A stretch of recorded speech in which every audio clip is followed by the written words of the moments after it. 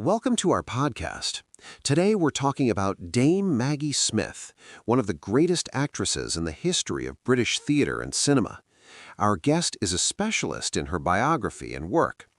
Tell me, how did this remarkable career begin, and what set Maggie Smith apart right from the very start? What's remarkable is that she began at practically school age. In 1952, at just 17, she played Viola in Shakespeare's Twelfth Night at the Oxford Playhouse. And this wasn't amateur dramatics, it was a serious professional environment. Just 4 years later, she made her Broadway debut in the review New Faces of '56. So her journey from the student stage in Oxford to Broadway took only a matter of years. That kind of speed tells you the talent was absolutely unmistakable from the very beginning. You mentioned Oxford. It was there that Laurence Olivier noticed her and invited her to join the National Theatre. What was their relationship like? Was it collaboration or rivalry?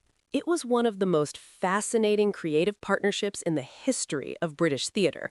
Olivier saw her in The Double Dealer at the Old Vic and immediately invited her to join his newly formed National Theatre Company.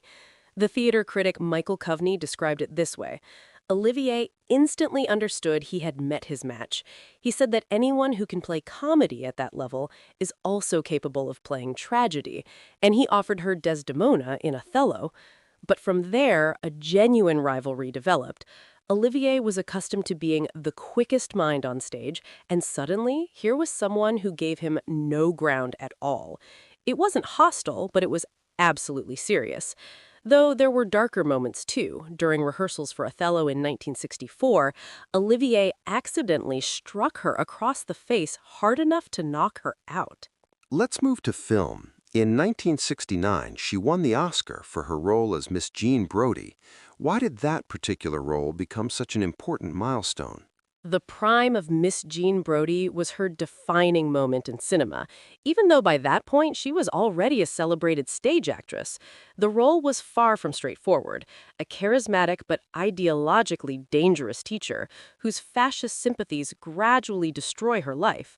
The critic Dave Kerr wrote that Smith delivers one of those technically stunning, emotionally distant performances that the British are so damn good at. That's a very precise observation. She had the ability to create distance between a character and the audience while simultaneously drawing them in.